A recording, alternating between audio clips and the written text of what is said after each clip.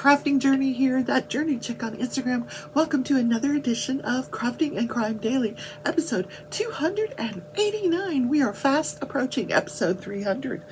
Hey, I've been doing this well over a year now because, I don't do it on Sundays and only occasionally on Saturdays. So I hear a kitty cat meowing. Stitch is bored. Hey, don't forget to hit the like button today on your way in or out. Today I have tasked him with cleaning up the kitchen. My sister she's a great cook.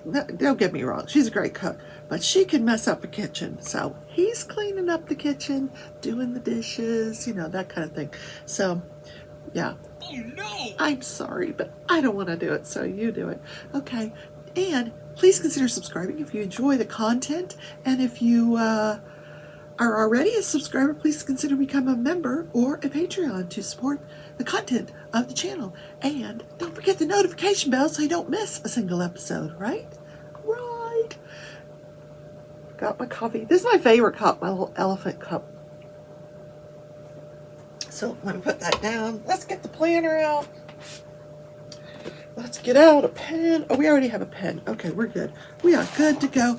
I ordered something to fix the microphone. The little stem on it. All right. Today is International Women's Day. This is the day we celebrate achievements and equal rights. I am dropping everything here.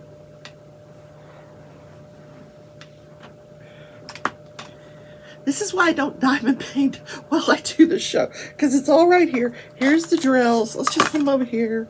Here's the pens. Here's the tray. Here's the tweezers. Need all these accessories to get the job done, right? All right. International Women's Day. International Women's Day. And this day in history, we're going to talk about Malaysia Flight 370. Malaysia Flight 370. What happened to it? Nobody knows. Yeah. Okay, what else is going on? I did pay the rent. Yay! Yeah, finally. Probably owe a late fee on that. Anyway, I'm such a procrastinator, aren't I? It's terrible. Okay. I just did such pretty decor here, and there's like nothing to write in here right now. I needed to drop something off at FedEx yesterday. So I'm looking it up. I look it up. Oh, you're only a block away from the FedEx. So I go and I follow the directions, and it's a FedEx drop box, which I needed an envelope. So that did me no good. First, no envelopes at work. In the hospital, nobody has a FedEx envelope. They're like, oh, you have to walk all the way over to the shipping yard. And it was like 25 degrees outside. I'm not walking to the shipping yard to get a FedEx envelope. So I didn't do that. So this is a drop box. Couldn't find. So I'm like, okay, I need a regular FedEx place, where I can buy an envelope. So I follow the directions to the FedEx place. And I pull in, and there's nothing there. Empty building. No FedEx there. I'm like, oh, are you kidding me? So I'm going to go on a hunt this morning, and so what should have been FedEx yesterday and received today, they're not going to get it because I couldn't find a daggone FedEx. So that defeated the purpose of that. They should have just sent it regular mail. Anyway, let's talk about International Women's Day. Yes. So, did you know over half of the world's population is poor women that are not allowed to work or they're underemployed? Yeah, that is terrible.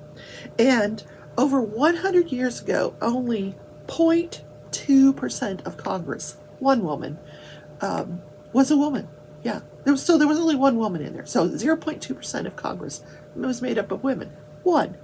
So in 100 years, in 2020, we now have 23.7% of the Congress is made up of women, which just happens to match with the world political percentage for women in politics. It's almost the same, 27%.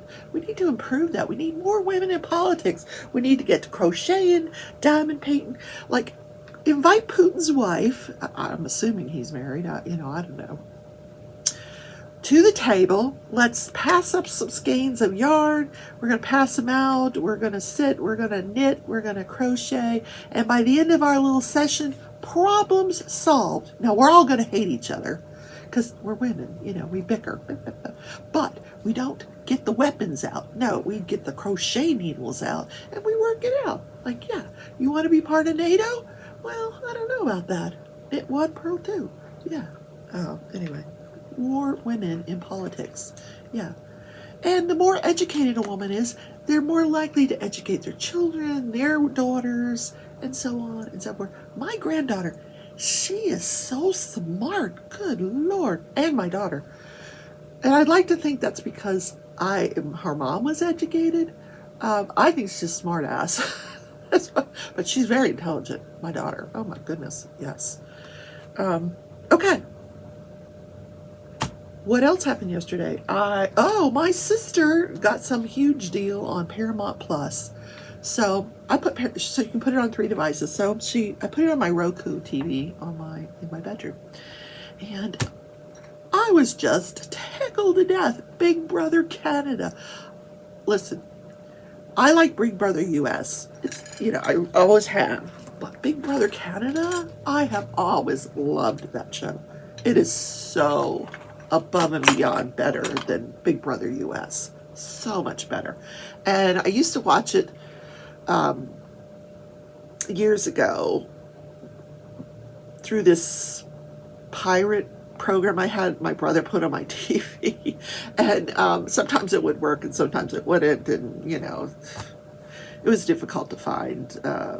So anyway, and then I've looked for it since then, and you can't find it in the U.S. And now Paramount Plus has it, and I'm like, yay! I can watch Big Brother Canada. So I went back and I tried to figure out where I left off, and I decided I would watch season 5, and it's a whole this heaven versus hell. Like they spend a lot of money on sets, props, sets. Yeah, they must just have a bigger budget than the U.S. Big Brother. Anyway, I've talked about Big Brother enough. Yeah, Big Brother. Okay, let's talk about Crafting and Crime Daily. Yes, the trial of William Husel continues. Ad nauseum, I should say. Very boring for the jurors. Very, very boring. We only saw a couple of witnesses yesterday because they're constantly, having sidebars and arguments, and every time they go sidebar, the judge sends his assistant over to have conversations with the jury. So now the Law and Crime has decided, instead of us listening to all this conversation that's going on, we have to listen to this like this alarm. And when it first went off, my ear pierced. I was like, oh, what the heck is that? Because I've got headphones on at work. So every time they go sidebar, I would have to take the headphones out of my head.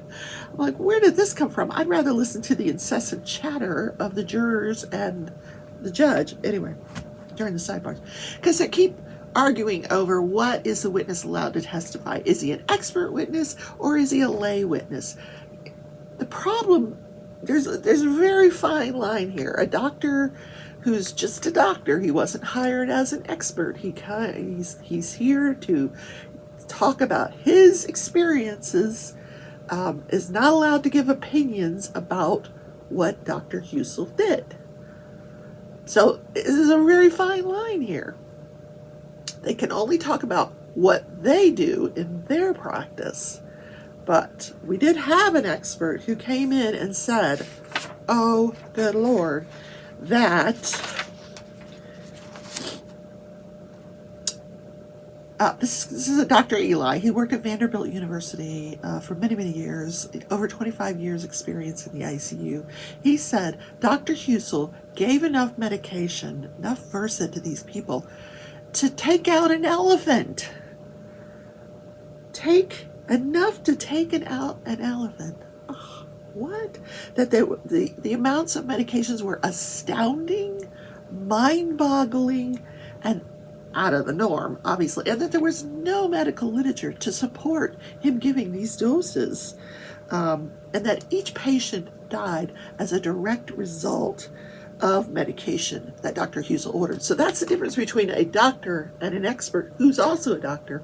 But if you're hired as an expert, you can come in and give an opinion about what the defendant did versus what you would do in your own practice. So you see where the line is very blurred here, because they're all doctors. They all have opinions. So today what I thought I would do is tell you a little bit about the 14 people that Dr. Husel is accused of murdering by overdosing them with fentanyl. The first one is Joanne Belisari. She's, now these are not in any sort of an order. She's 69 years old. She died on May 10th of 2015 after receiving 1,000 micrograms of fentanyl. She died 8 months later. Yeah. And that family of Ms. Belisari has filed a wrongful death lawsuit. Now, I will tell you, at the point of my research that I stopped, I'm only going to do 7 of the 14 today, but Mount Carmel has been served with 30 lawsuits, 30 families. I lied the other day when I said 27 families had been identified. What kept happening was they kept broadening their search. When they first started searching for who this affected, they ran their search with anybody that, and these weren't like electronic searches. These were people who had to manually go through every medical record during all this period of time. 2014, 2015, 2016, 2017, 2018, all these years, people had to go through this. So their first search was anybody that died within 400 minutes of the administration of fentanyl during a palliative extubation, and that they received more than 500 micrograms of fentanyl. So if it was less than 500 micrograms, 800, that was the first search. So anybody that died within 400 minutes of receiving 800 or more of fentanyl. Then they decided, no, we're going to expand our search. So search number 2 was anybody that died within 400 minutes of receiving over 500 micrograms of fentanyl. Then they said, oh, no, we're going to broaden our search. Now we want to know anybody that died within 120 minutes of receiving over 500 milligrams of fentanyl. At that point, they had 35 patients. And this was not limited to Dr. Husel. This was all instances in the hospital. But coincidentally, all of the incidents were Dr. Husel. Nobody else was giving this medication under the search terms that they used. So Ms. Belisari unfortunately fell victim to that. Then we have Ryan Hayes, who was age 39. He had overdosed at home and was suffering from brain swelling after being resuscitated. He received 1,000 micrograms of fentanyl and died 33 minutes later. Beverly Ann Schertzinger, she was a 63-year-old woman. She died on October 9th of 2017. She had gone to Mount Carmel Hospital to have a liver biopsy. Sometime during this hospitalization, they found a mass in her lungs, which was cancer. But following the liver biopsy, she suffered severe abdominal pain and internal bleeding, which means a biopsy didn't go so well. And then had a heart attack. So she gets into the ICU and she is very, very ill. and on this ventilator, and she dies after receiving a very large dose of fentanyl. Then we have Danny Malette. His family filed the 30th lawsuit against Mount Carmel Hospital and Dr. Husel. He was 74 years old, and he died on December 5th of 2017. He had only been married for 3 months. Bless his heart, he found the love of his life. He's been married for 3 months. One day he stumbles over the carpet and he injures his toe. So now his wife, she's trying to take care of the toe, and it's just getting worse.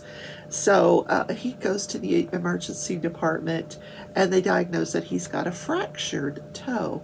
So they send him home, and then within a few days he goes to his primary care physician, who says, I don't like the looks of this toe. It's very dusty looking. Now, I suspect, and I didn't see that in my research, that this man had diabetes, because this all sounds like a diabetic toe, where you injure it, it's not getting better because your blood sugars aren't being controlled.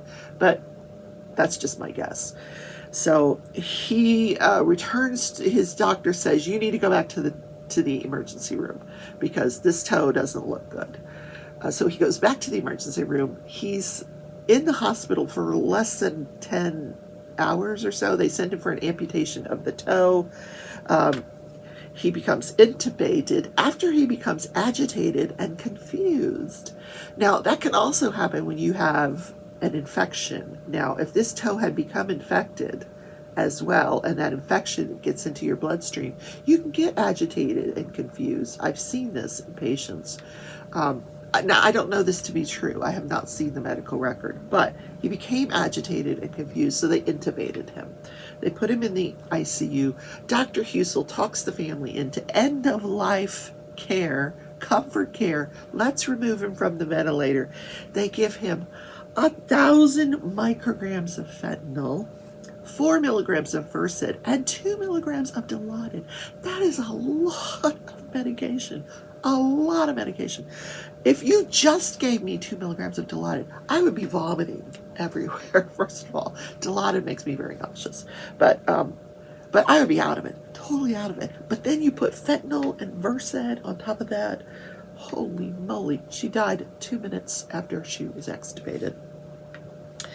Now, according to the defense's opening, Jose Baez said that this man, Danny, had 4 cardiac arrests before he passed away, or before he was extubated. I don't know. Then we have Brandy McDonald, who is believed to be his youngest victim. She was only 37 years old. She had gone to Mount Carmel because her enzymes, her liver enzymes were elevated. She had metastatic cancer, ovarian cancer. Oh, so sad, so young.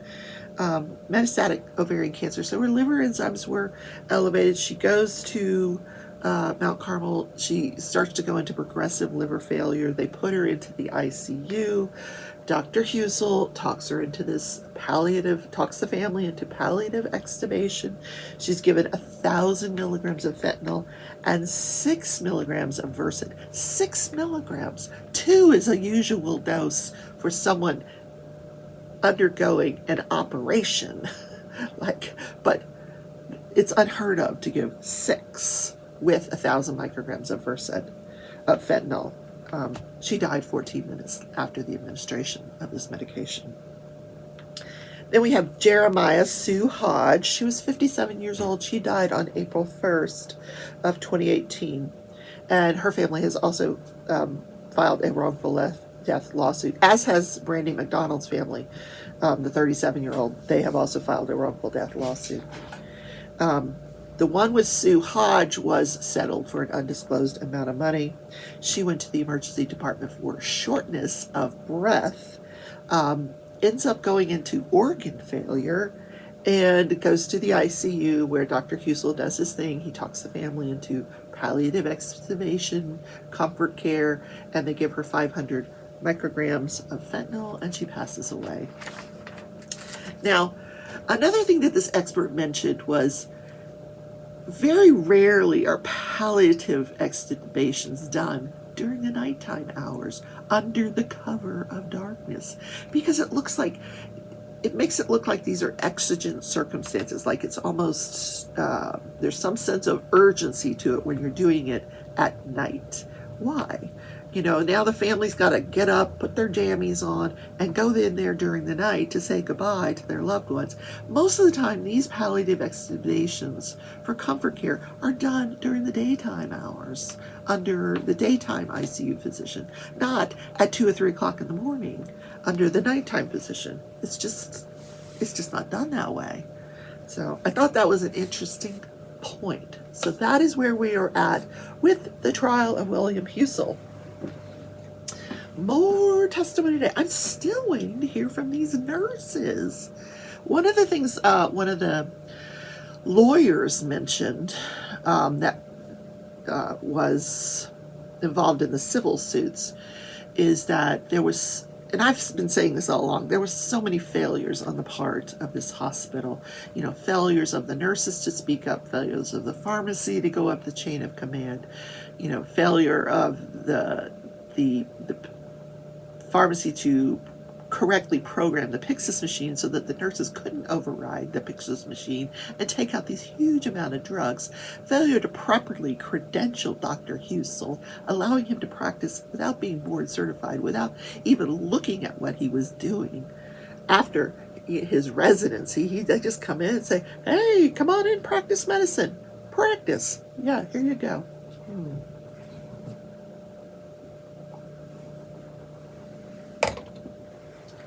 One of the things I do now, and I'm sorry, I talk about myself a lot. Yes, I was a nurse, I was a lawyer, I did medical malpractice, but now I do ongoing professional practice evaluations. So that means I am always looking at the doctors every 6 months. I am looking to see, what are you doing in this hospital? How many complications have you had? So that's something that may not have been going on there. I don't know. Let's talk about Bill Cosby for a minute. Yesterday, the Supreme Court declined to overrule the highest court in the state where Bill Cosby had been convicted in 2018 of sexual assault. That high court said, they reversed the convictions. They said, nope, these convictions cannot stand because Dr. Cosby, Bill Cosby, entered into an agreement with the prosecution for immunity. He's in exchange for immunity against prosecution. There was an agreement that he could testify during the civil cases, and he did by way of deposition. But instead of honoring this agreement, they went forward and prosecuted him. You can't do that. That's a violation of his civil rights. So when that was appealed to the highest court in that state, it was overturned. And we know that Bill Cosby was allowed to leave jail. The convictions were overturned because he had entered into this agreement. So this goes all the way up now to the Supreme Court, where the prosecution was asking for a new trial. And the Supreme Court said, we're not going to review this. He had immunity. It was a violation of his civil rights. We're not going to mess with this court's decision. These convictions will stay overturned, reversed. Very interesting. Yes. So I had a lot to tell you. I must have talked fast today. Oh my God. Oh, let's talk about this day in history, shall we? So this day in history, Malaysia Flight 370 just disappears. Thin air. March 8th, 2014, Malaysian Airlines Flight 370, carrying 227 passengers and 12 crew members, loses contact with air traffic control less than an hour after taking off from Kuala Lumpur, then veers off course and disappears. Most of the plane and everyone on board are never seen again. No one knows what happened. No one knows. The plane departed from Kuala Lumpur International Airport at 12:41 a.m. and was scheduled to arrive in Beijing Capital International Airport at 6:30 a.m. local time. However, at 1:07 a.m., the aircraft's last automated position report was sent, and at 1:19 a.m., what turned out to be the final voice transmission from the cockpit of the doomed jetliner was relayed to air traffic controllers. "Good night, Malaysian 370, a message that suggested nothing out of the ordinary. About an hour after Flight 370 was scheduled to land in Beijing, Malaysian Airlines announced it was missing. Gone. Prior to the aircraft's mysterious disappearance, it had been flying seemingly without incident. There were no distress signals from the plane or reports of bad weather or technical problems. The ensuing search for Flight 370 initially was centered on the Gulf of Thailand, where the plane was traveling when radar contact was lost. Investigators looked into the possibility of terrorist involvement in the plane's disappearance after it was discovered that 2 passengers had been using stolen passports. However, this theory, at least in relation to the 2 men, soon was determined to be unlikely. The people on board Flight 370 represented 15 nations, with more than half of the passengers from China and 3 from the United States. Then, on March 15th, investigators said that the satellite transmissions indicated Flight 370 had turned sharply off its assigned course and flown west over the Indian Ocean, operating on its own for 5 hours or more. On March 24th, Malaysia's Prime Minister announced the flight was presumed lost somewhere in the Indian Ocean with no survivors. As the search for the aircraft continued, with more than 24 nations, including the United States, participating in the effort, the mystery of how a commercial jetliner could vanish without a trace received global media attention. In June 2014, Australian officials involved in the investigation said radar records suggested Flight 370 likely was flying on autopilot for hours before it crashed and ran out of fuel and crashed into the Indian Ocean. The officials did not publicly speculate about who put the plane on autopilot after it veered off course or why, although they did indicate it was possible the crew passengers had become unresponsive due to hypoxia or oxygen loss sometime before the plane crashed. No explanation for what might have caused the oxygen deprivation was provided by officials. Lots of speculation here. Meanwhile, other authorities suggested one of the pilots of Flight 370 could have deliberately flown the aircraft into the Indian Ocean as a suicide mission, although there was no conclusive evidence to support that theory. Throughout 2015 and 2016, debris from the aircraft washed ashore the Western Indian Ocean, but the fate of Flight 370 remains a mystery to this day. So, I think that aliens took the ship,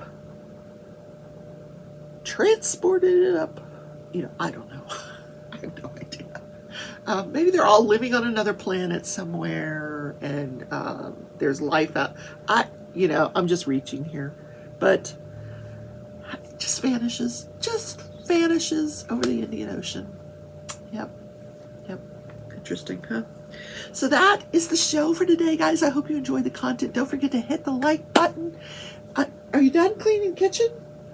Not yet. Okay. Well, hit them anyway. Please consider subscribing. I've enjoyed having you this morning, and I hope you guys have a wonderful Tuesday. I love you all. Bye.